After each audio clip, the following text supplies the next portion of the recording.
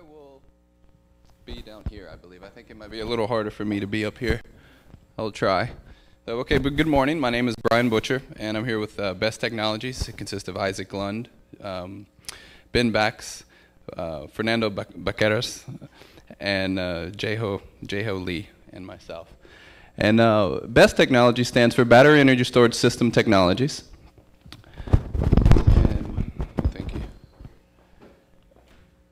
And this is our presentation that we gave at the Tech Valley Business Plan competition. Best Technologies.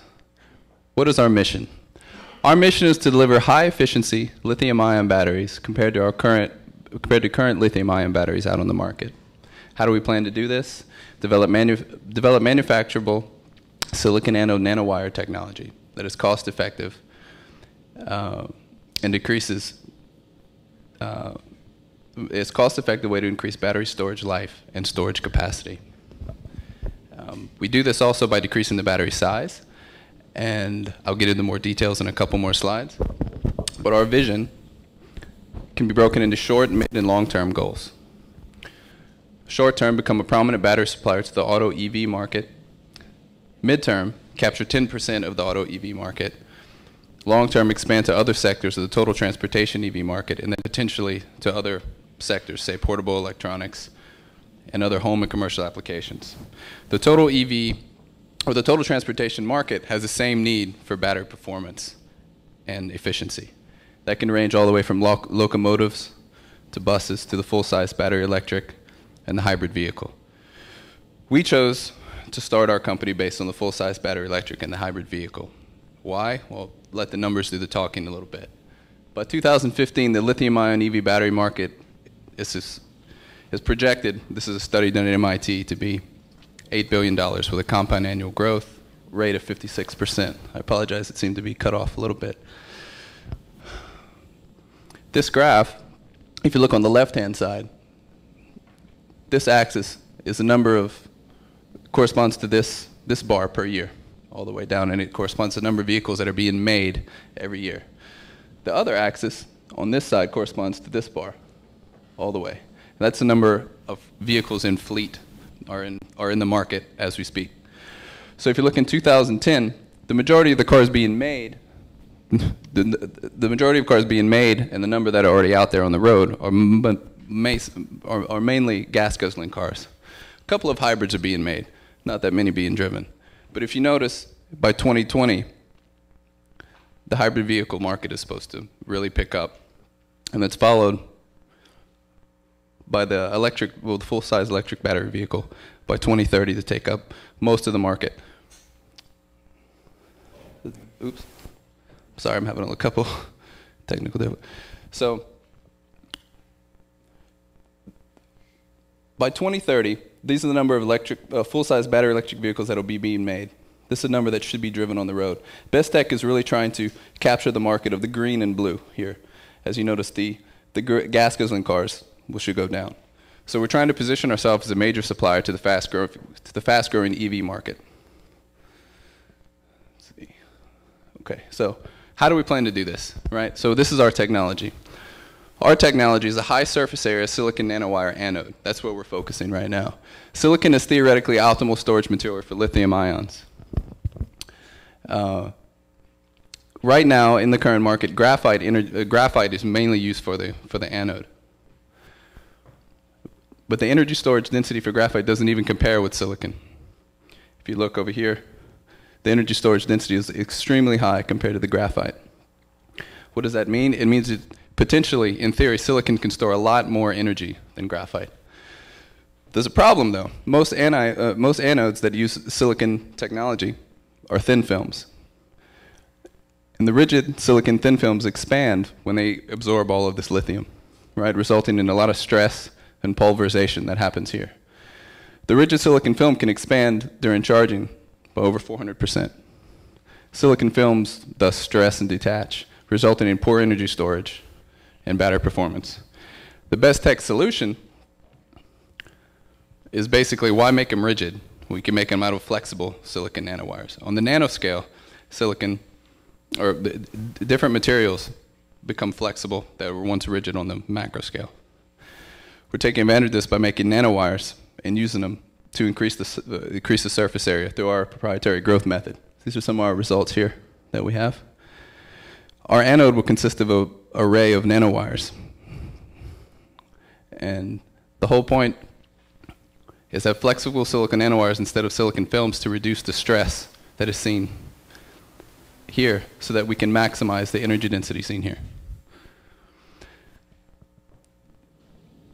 This nanowire array also stores lithium content, as I said here, but it also translates into a longer time that you have to travel, or you can travel before you need to recharge your battery, because it can store more density. So Bestech is aiming to capture the full benefit of the silicon anode performance based on our growth methods here, as compared to what the competitors have. So what is our business model? Our business model can be described with an analogy. Intel is to computers as Bestech is to smaller, efficient batteries.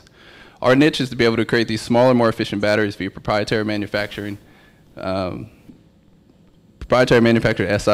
nanowire anodes. This enables this enables our customer to do one of two things. They can create a battery of the same size that has a higher efficiency, or we can make a smaller battery that has the same capacity and energy storage that they already have. It gives them options. It gives them a better array of geometry and design that they can do with their battery. Our key strategies for doing this short term is to start with the high profit margin market, such as the EV market, like I explained before. We start with pilot programs, or we're trying to get into the pilot programs with some of these EV manufacturers. And long term, we seek other markets that are high performance demands and have higher growth rates. But right now, that's out of our scope because we're trying to build up our experience with the EV market. First thing we need to look at is our competition, because we do have a lot of competition. Some of these competitors, though, may end up becoming our customers because we're focusing right now on our anode technology, and we could actually sell to them our anode. You notice the lithium battery target markets of each one of these companies. These are the established companies, and these are the startups. If you notice this company right here, that's a pretty big target market. They didn't start that way, though. They started with supplying battery solutions to power tools. We're going to do the same thing. But we're going to supply the anode to the EV market. We're going to start there, and then we're going to expand later. We're going to do the same type of strategy. Start small, and then expand to the big market.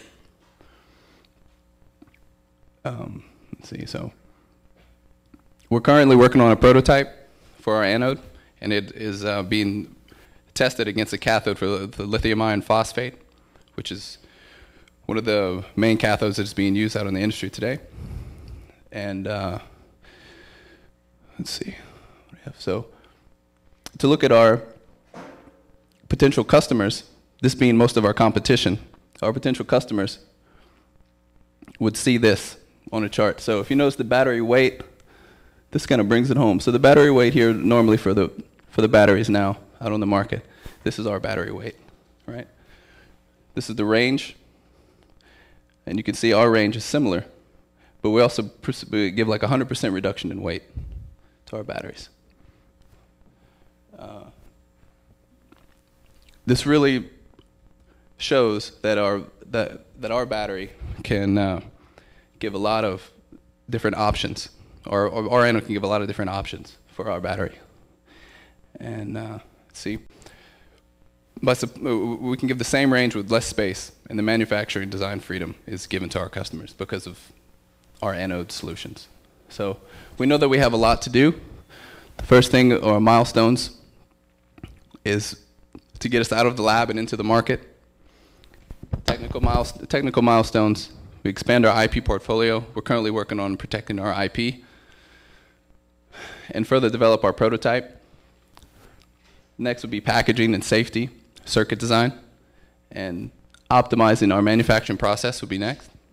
Scaling up our manufacturing. Our financial milestones, obtain a small SBIR and a federal grant, which will further develop our prototype. We're applying for the CNSC iCANny incubator program, and I've actually talked to a couple of you guys as well.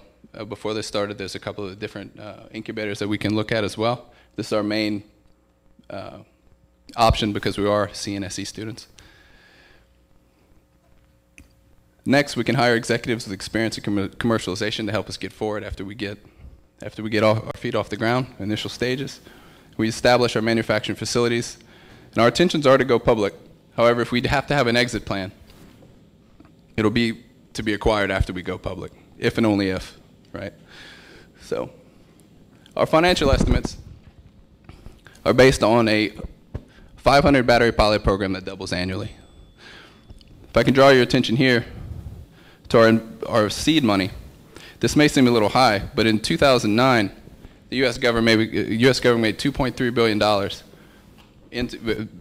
into the economy based off of the electric vehicle and battery manufacturing initiative. There's going to be a lot more money that's given out because of this. Maybe a little bit less money because of the stimulus, but there will be some. And we figure that this is a conservatively feasible estimate for seed money once we apply our grants. Notice our depth of hole is 3 years, and then we expect to go positive after round 6. This can be explained graphically. If you look, our time to positive cash flow, if you convert this into 2010 dollars, so we know we're not going to start in 2010 because we're actually there in we're actually here in 2010 now, but by 2011 is when this is actually going to start. But if you take it into 2010 dollars now, in 6 years, we expect to approach somewhere around $6 million. The graph on the right shows that we know that you potential investors are looking for their rate of return, and we expect like a minimum of 15% annual rate of return after we get our initial out of the hole phase. And we really believe that we have an intelligent team, and I apologize for my little bit of stuttering because it's kind of early in the morning, but we have the people is really what matters and what we have in our technology, and those people can be here, written here, starting with myself, and then lead engineers Isaac Lund and Jae-Ho Lee, who has more degrees than all of us here put together. Our CFO Robert Himes, and Fernando Gomez Baquero and Ben Bax, our advisors. And we have a lot of engineering support and scientific support from the College of Nanoscale Science and Engineering.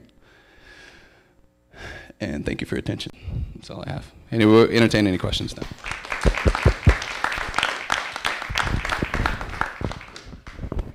You guys want to join me? Not really.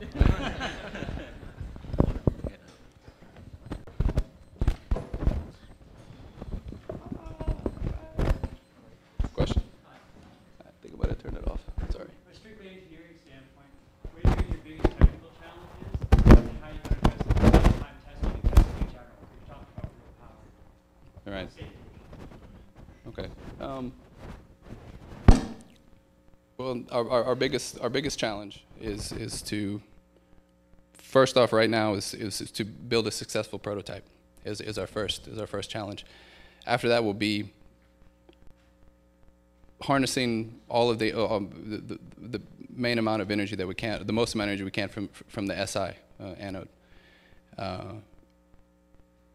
The biggest challenge will basically be to manufacture this, right? To get it out into the market, you know. Well, and to address your concern about the testing and like that, we have basically a full complement of equipment at CNSC where we're, in the iCANny facility, we'll have access to all of this equipment. So we will, to put it simply, test the hell out of it right. Before we even, present this to anybody like that. So we know it's going to work.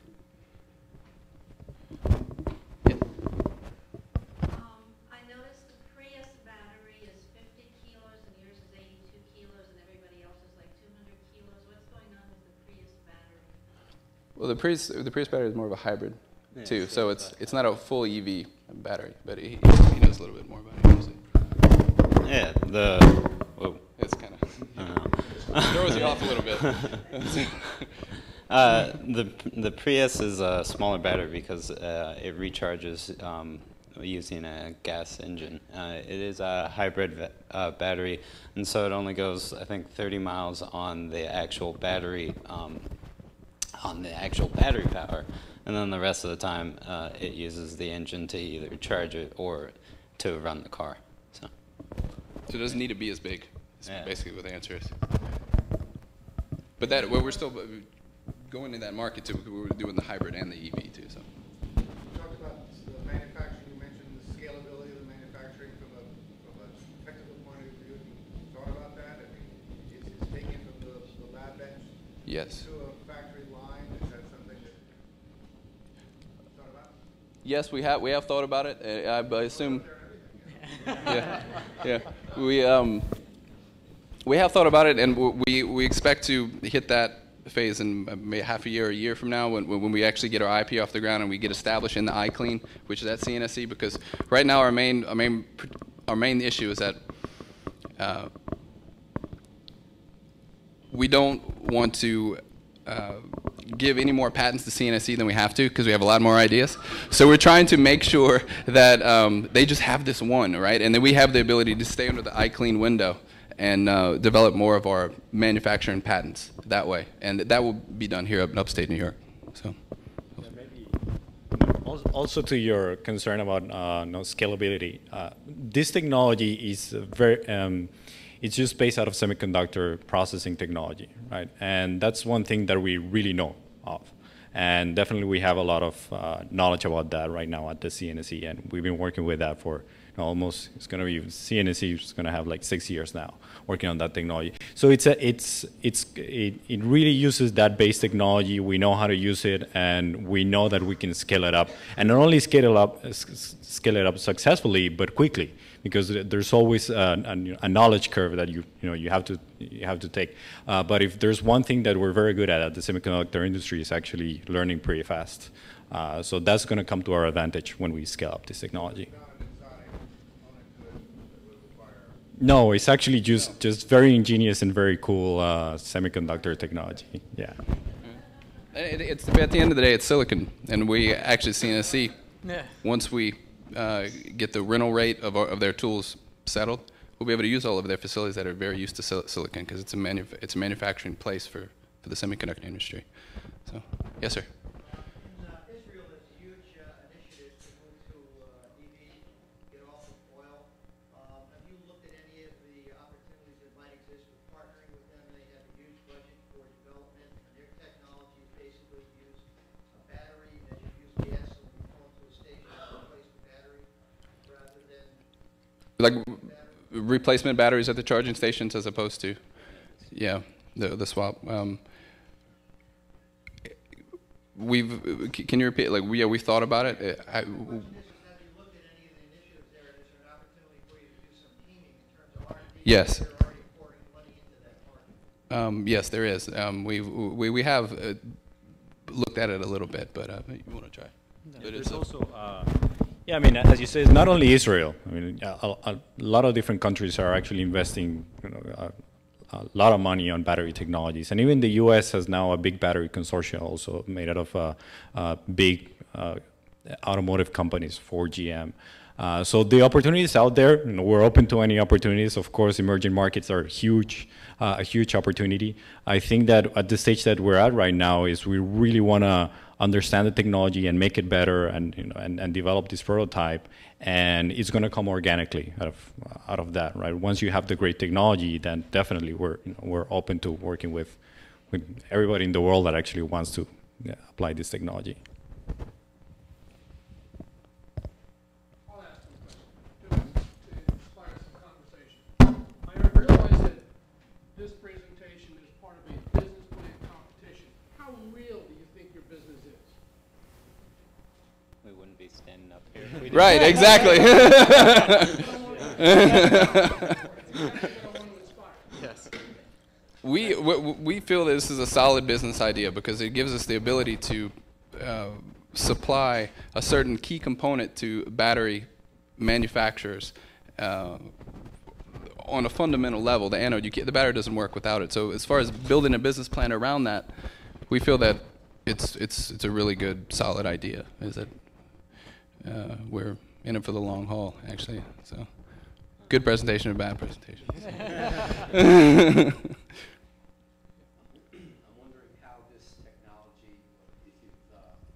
begun to explore relationships with alternative energy, because the solar business has this natural challenge and hurdle every time the sun goes down. And same thing with wind when the wind doesn't blow. These are huge sectors that are evolving, but they really need battery capacity to get over the hump. Right, and one of those, with the wind power that you just mentioned, one of the key areas that our technology could come in handy is the ability to store that wind energy when the infrastructure is actually there, hooked up to your house, when everybody has these EV cars, to store this wind energy in a more efficient battery inside the cars. Because the main problem with wind storage is that where do you store, or you can't store it, right? You can generate it, so if we can store it in our cars, not our, but our batteries, it would be better, so. Well, yeah, and to that point as well, we're focusing on EV, electric vehicle market because of the information that's there. But yeah, definitely one of the longer term solutions that we're looking for will be larger kind of what do you call it, power grade, battery solutions for that. And also, those folks. we could move. Our initial plan was to move into the home battery storage for homes, but it's not, the infrastructure is not there yet. But we expect different other solutions for alternative energy to come up for our batteries later on. So, yes, sir. What is the range limitation? Is it the size or weight of the battery? And if so, if you double the size of the battery, do you double the, how does it scale with the range? Because I would think. You can get the numbers. Talk about 6,000-pound vehicle. I don't really care if you reduce it by 10%, 50%. Well, it's one of your options. You can either reduce it, or you can keep the same energy, or you can keep the same size. And because our key technology is a high energy, a high surface density, which allows you to store more lithium in the anode. So if you have the same battery with the same size, you can increase the capacity. That's one option. But you're talking about focus on the one where you have the other option to reduce the battery size. Our whole thing is to give our customer options. What is the priority from the vehicle industry? Are they really concerned about range? No, it's about capacity. It's capacity. Capacity dictates, the size that you have, and then also the range that you have. So having a higher capacity material like silicon, it allows you to shrink the size but maintain the same range, or keep the same size and increase the range. So. Any other questions? Good job, guys. Thank you.